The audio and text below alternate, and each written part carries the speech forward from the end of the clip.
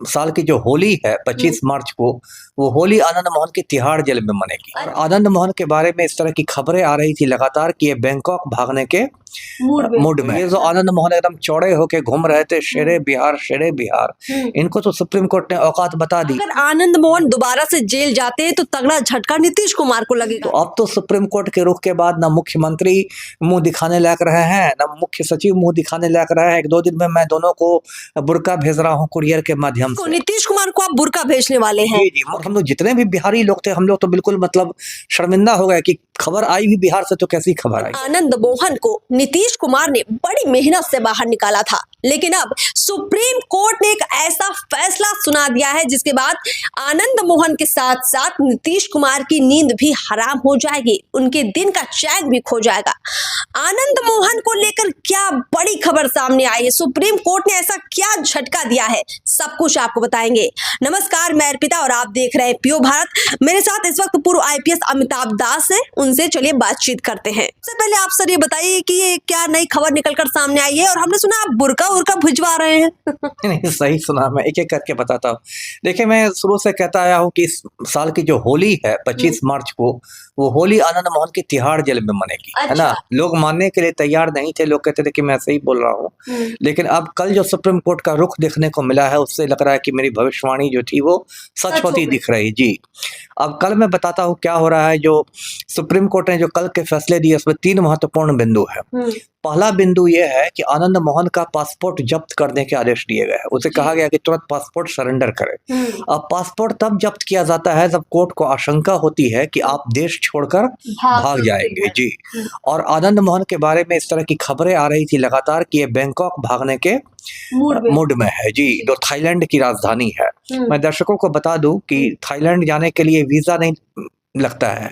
Visa सिर्फ आप passport से जा सकते हैं, वीजा वहां पहुंचने पर मिल जाता है। अच्छा। और दूसरी बात यह है कि गया और बैंकॉक के बीच सीधी फ्लाइट है। तो बिहारियों का बैंकॉक जाना और आसान है। तो एक तो पासपोर्ट वाला बिंदु हो गया। दूसरा बिंदु, सुप्रीम कोर्ट ने कहा कि हर 15-15 दिन के बाद पुलिस स्टेशन में हाजिरी बनानी पड़ेगी। तो ये जो आनंद मोहन एकदम चौड़े होके घूम रहे थे, शेरे बिहार, इनको तो सुप्रीम कोर्ट ने औकात बता दी। अब तो शेरे बिहार एकदम दरोगा जी के सामने जाके हाजिरी बनाएंगे, और दरोगा जी नहीं रहेंगे तो मुंशी के सामने जाके हाजिरी बनाएंगे। वही आनंद मोहन जो कह सकते हैं कि राजपूतों में एक बड़ा नाम है बिहार के अंदर, अब उनको थाने जाकर 15 दिन में जी हुजूर करना पड़ेगा। इनके तो चमचे हैं आनंद मोहन के, ऐसा दिखाते थे कि महाराणा प्रताप के बाद यही राजपूतों में पैदा हुए हैं। तो सुप्रीम कोर्ट ने तो इनकी हेकड़ी निकाल दी, है ना।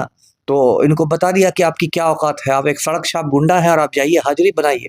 तीसरी बात जो सुप्रीम कोर्ट ने कही है वो ये कही है कि आगामी 27 फरवरी को इस मामले की आखिरी सुनवाई होगी। अच्छा। मतलब ये मुकदमा जो था ये बहुत लंबा नहीं खींचेगा। आखिरी सुनवाई का ये मतलब हुआ कि 27 फरवरी को सुनवाई पूरी हो जाएगी, फैसला सुरक्षित रख दिया जाएगा। और मुझे लगता है कि 8-9 मार्च के पहले ही सुप्रीम कोर्ट का फैसला आ जाएगा। और अब तो ये बात 200% तय हो गई है कि आनंद मोहन की रिहाई को रद्द होना ही है। देखिए, अगर आनंद मोहन दोबारा से जेल जाते हैं तो तगड़ा झटका नीतीश कुमार को लगेगा, क्योंकि जेल मैनुअल में बदलाव करके कानूनी रूप से आनंद मोहन को जिस तरह से बाहर निकाला गया, उनके साथ हालांकि कई लोगों को निकाला गया, लेकिन ऐसी चर्चाएं हैं कि बिहार में अपने राजनीतिक फायदे के लिए नीतीश कुमार ने आनंद मोहन को बाहर निकलवाया था, खास तौर पर राजपूत वोट बैंक को देखते हुए।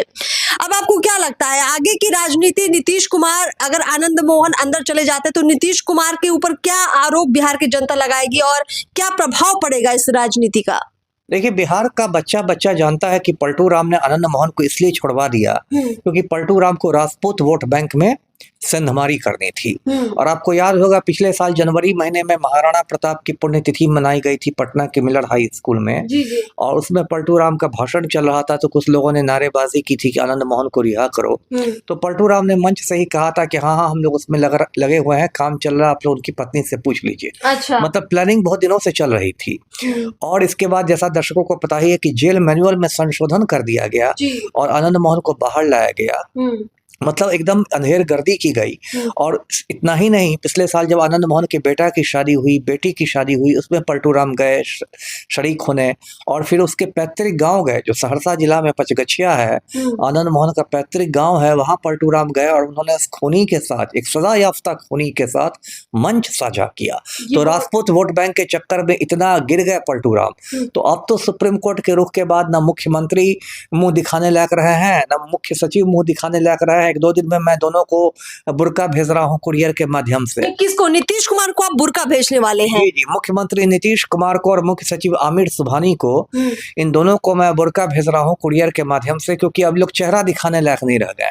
आमिर सुबहानी जो बिहार के चीफ सेक्रेटरी हैं, उन्होंने बाकायदा प्रेस कॉन्फ्रेंस करके कहा था कि आनंद मोहन की जो रिहाई हुई है वो बिल्कुल विधि सम्मत हुई है, कानूनी हुई है। और सिर्फ इसलिए सुबहानी साहब चमचागिरी कर रहे हैं नीतीश कुमार की कि 1-2 महीने में जब रिटायर करेंगे सुबहानी साहब तो उनको रिटायरमेंट के बाद एक्सटेंशन मिल जाएगा, सेवा विस्तार मिल जाएगा। अच्छा। और फिर हो सकता है मुख्यमंत्री के सलाहकार बन जाए, कोई आयोग पकड़ लें।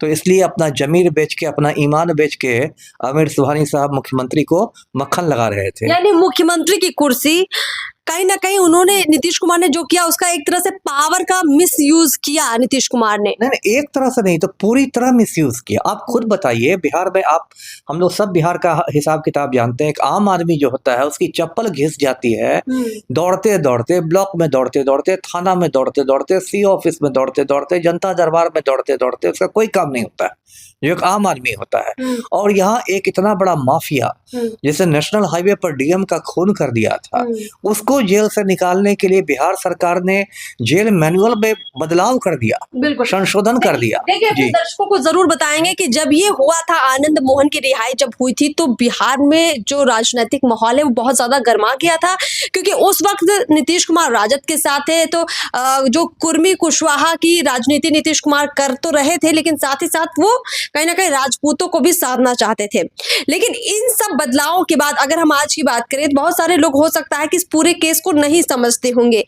क्यों आनंद मोहन इतने सालों तक जेल के अंदर रहे, फिर उनको क्यों निकाला गया, कैसे निकाला गया, थोड़ा जरूर आपको बताना चाहेंगे। सर, सबसे पहले जो ये पूरा मामला केस है, आनंद मोहन के ऊपर ये जो डॉन शब्द हमने इस्तेमाल किया, ये क्यों इस्तेमाल किया, जरा दर्शकों को बताइए। देखिए, मैं पूरी कहानी बताता हूँ दर्शकों को। ये दिसंबर 1994 की बात है, 94 की बात है। मुजफ्फरपुर में एक बहुत खूंखार क्रिमिनल हुआ करता था, छोटन शुक्ला।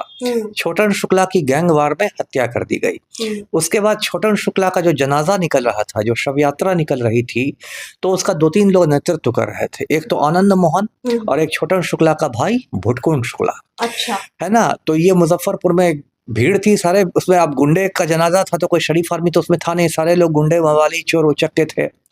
इधर से गोपालगंज डीएम की कार जा रही थी। कृष्णैया साहब 85 बैच के, 85 बैच के आईएएस थे, गोपालगंज के जिलाधिकारी थे। उनकी कार जा रही थी और कार के आगे जैसा होता है लिखा हुआ था डीएम गोपालगंज।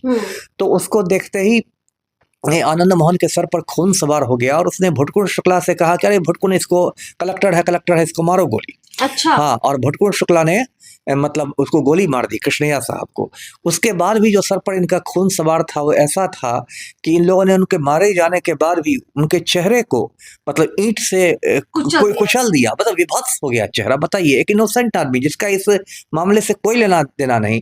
और मैं दर्शकों को ये भी बता दूं कि कृष्णैया साहब दलित समुदाय से आते थे, तेलंगाना के थे, और बहुत गरीबी से लड़के उन्होंने मतलब आईएएस की नौकरी पाई थी। उनके पिता जो थे वो रेलवे स्टेशन पर कुली का काम करते थे।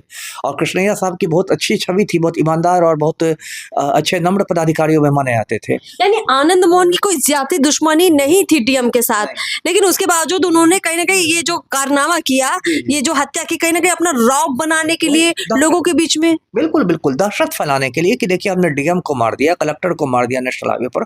और मैं दर्शकों को बताता हूँ, उस समय मैं नया मैं आईपीएस बना था और मैं मसूरी के लाल बहादुर शास्त्री एकेडमी में ट्रेनिंग कर रहा था, जहाँ आईएएस और आईपीएस लोगों की शुरुआती ट्रेनिंग होती है। और जब वहाँ ये खबर पहुंची तो एकदम सनसनी फैल गई एकेडमी में कि बिहार में एक आईएएस ऑफिसर को नेशनल हाईवे पर मार डाला गया है। और हम लोग जितने भी बिहारी लोग थे, हम लोग तो बिल्कुल मतलब शर्मिंदा हो गए कि खबर आई भी बिहार से तो कैसी खबर आई। फिर वहाँ पर ये हुआ मतलब शोक सभा हुई। एक कृष्णैया साहब के बैचमेट थे वहाँ, मिस्टर संतोष मैथ्यू IAS थे। संतोष मैथ्यू ने कृष्णैया साहब के बारे में हम लोग को बताया, अपने बैचमेट के बारे में। शोक सभा हुई तो पूरे मतलब बिहार का तो सर झुका ही। और उसके बाद देखिए, मैं दर्शकों को बताऊं कि पटना हाई कोर्ट ने आनंद मोहन को इसमें मौत की सजा सुनाई थी, फांसी पर लटका देने के आदेश दिए थे, लेकिन बाद में सुप्रीम कोर्ट ने उसको उम्र कैद में तब्दील कर दिया और आनंद मोहन मतलब कई साल तक सहरसा जेल में रहा। और यही पूरा मामला है जी। जी बिल्कुल।